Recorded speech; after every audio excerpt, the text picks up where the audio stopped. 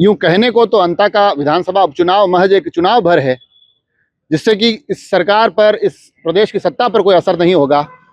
मगर नरेश मीणा की एंट्री के बाद ये तय हो गया कि इस चुनाव पर लगातार सभी की नजरें बनी रहेगी। ये चुनाव सुर्खियां बटोरेगा और सभी के लिए एक प्रतिष्ठाओं का प्रश्न बनेगा। अंता विधानसभा का उपचुनाव जो कि आगामी 11 नवंबर को होना है। आपको बता दें कि अब नरेश मीणा भी इस मैदान में उतर गए। हालांकि उन्होंने पहले कोशिश की थी कि कांग्रेस उनको अवसर दे दे। जब वो अवसर प्रमोद जैन भाया के खाते में चला गया, उनके हिस्से में चला गया, तो अब न केवल वो पुनः एक बार निर्दलीय उतरने की तैयारी कर रहे हैं, बल्कि प्रमोद जैन भाया के खिलाफ बड़े ही हमलावर तेवर दिखाई दे रहे हैं।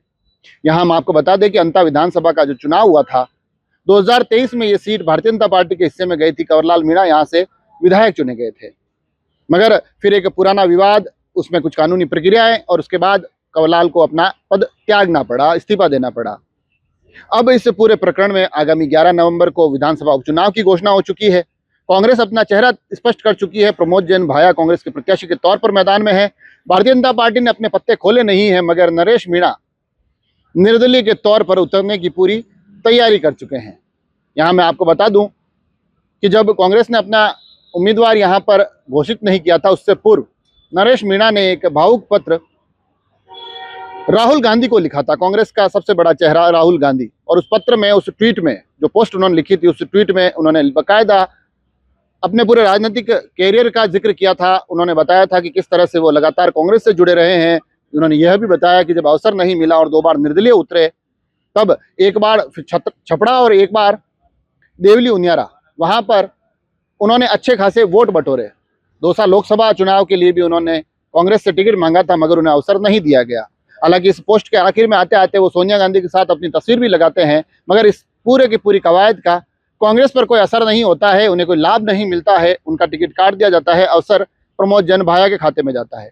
और इनका टिकट काटने के बाद जो बातें सामने आई, जिसमें कि लोग यह भी कह रहे हैं कि तुम्हारे कांग्रेस के प्राथमिक सदस्य ही नहीं है, तो इन्हें किस आधार पर टिकट दे दिया जाए।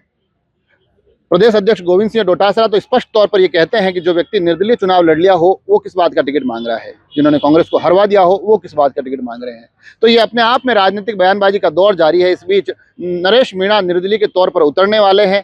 लगातार वहां पर वो अपने मोर्चे से लगातार ये कोशिशें कर रहे हैं कि किस तरह से इस चुनाव को मजबूती से लड़ा जाए। हालांकि नरेश मीणा, जिनका व्यक्तित्व सुर्खियों में जरूर रहता है, चर्चाओं में जरूर रहता है, मगर उन चर्चाओं के सभी पहलू होते हैं। राजनीतिक परिप्रेक्ष्य में इस प्रकार की चर्चाएं कितनी सेहत के लिए अच्छी होती है, ये अपने आप में एक अलग विषय है। मगर अब जो पूरा का पूरा ये चुनावी मजमा, चुनावी माहौल वहां धीरे धीरे जमने को है। दिवाली के बाद चीजें और भी परवान पर चढ़ेगी।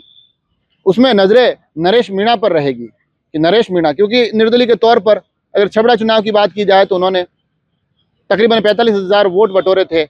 जब उपचुनाव देवली उनियारा की बात की जाए, वहां पर तकरीबन 60,000 के आसपास वोट बटोरे थे। हालांकि फिर समरावता का जो पूरा प्रकरण होता है, एसडीएम को थप्पड़ मारते हैं, उसमें काफी विवाद भी सामने निकल कर आए थे। तो अब इस चुनाव में नरेश मीणा क्या कुछ करते हैं, परिणामों को कितना प्रभावित करते हैं, परिणामों को क्या अपने पाले में ला सकते हैं, ये अपना बड़ा सवाल होगा। साथ ही भारतीय जनता पार्टी किसको चेहरा बनाती है, इस पर भी नजर होगी। मगर इन सब चीजों से इतर नरेश मीणा के लिए सर्वाधिक प्रतिष्ठा का प्रश्न होगा। भारतीय जनता पार्टी की सरकार है, उसके लिए चुनाव एक अलग प्रतिष्ठा का विषय है। कांग्रेस के प्रमोद जैन भाया बड़ा चेहरा है, उनके लिए अलग प्रतिष्ठा है। मगर नरेश मीणा के लिहाज से ये राजनीतिक भविष्य का विषय है। ऐसा इसलिए कह रहा हूं क्योंकि आप जब सभी से नाराजगियां मोल ले लेते हैं, सभी के खिलाफ हमलावर दिखाई देते हैं, आप बहुत ज्यादा आक्रोशित हो जाते हैं, आक्रोश आपका इतना ज्यादा बढ़ जाता है कि वो कई बार हिंसा में बदल जाता है, तो उसके बाद फिर राजनीतिक स्थायित्व बहुत जरूरी हो जाता है। अब आप 2 चुनाव लड़े, कहने को ये कह सकते हैं कि निर्दलीय के तौर पर बहुत ज्यादा वोट लाए, मगर सच्चाई ये है कि आप दोनों ही चुनाव में परिणाम अपने पाले में नहीं ला पाए, आप विजय श्री प्राप्त नहीं कर पाए, आप विधायक नहीं बन पाए। तो अब अगर ऐसा ही यहाँ होता है तो फिर शायद सवाल यह भी खड़े होंगे कि क्या सिर्फ एक वोट कटवा बनकर नरेश मीणा रह गए हैं, क्या निर्दलीय के तौर पर अपनी ताकत दिखाना ही उनकी पूरी की पूरी राजनीतिक यात्रा रह गई है। तो इससे भी आगे कहाँ जाते हैं, या फिर वहां तक भी नहीं पहुंच पाते हैं, इस पर भी हमारी नजर बनी रहेगी। अंततः चुनाव से जुड़ी हर एक अपडेट आप तक पहुंचाने की कोशिश करेंगे। जुड़े रहें राजसमंद एक्सप्रेस से। धन्यवाद।